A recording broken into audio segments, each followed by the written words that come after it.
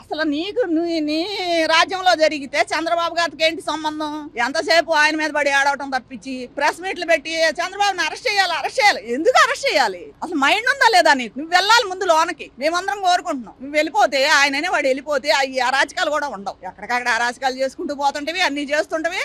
మళ్ళానేమో వాళ్ళ మీద పడి ఏడుస్తుంటావు. వాళ్ళు అభివృద్ధి చేస్తుంటే దానికి అడ్డం పడుతున్నావు. కంపెనీలు వాళ్ళు ఆలోచిస్తారు నీ ఘోరం. ఏమో ఏంటో ఈడు ఇలా చేస్తున్నాడు, రేపు పరిస్థితి ఎలా ఉంటుందో ఏంటోనని మేమందరం అదే భయపడుతున్నాం. ఈ గోల ఏంట్రా బాబు? కనీసం ఇంకో 2 సార్లైనా ఆయన ఉంటే సిబిఎన్ గారు రాష్ట్రాన్ని ఒక దారికి తీసుకొస్తారు. ఏదైతే దొంగతనం చేసిన రవి కూడా గురించి మాట్లాడటం, ఏడవటం, నా భార్య పిల్లల్ని ఎలా చూసుకోవాలో నాకు తెలియట్లేదు, నేను తప్పు చేశాను క్షమించనని చెప్పి క్షమాపణ కోరటం.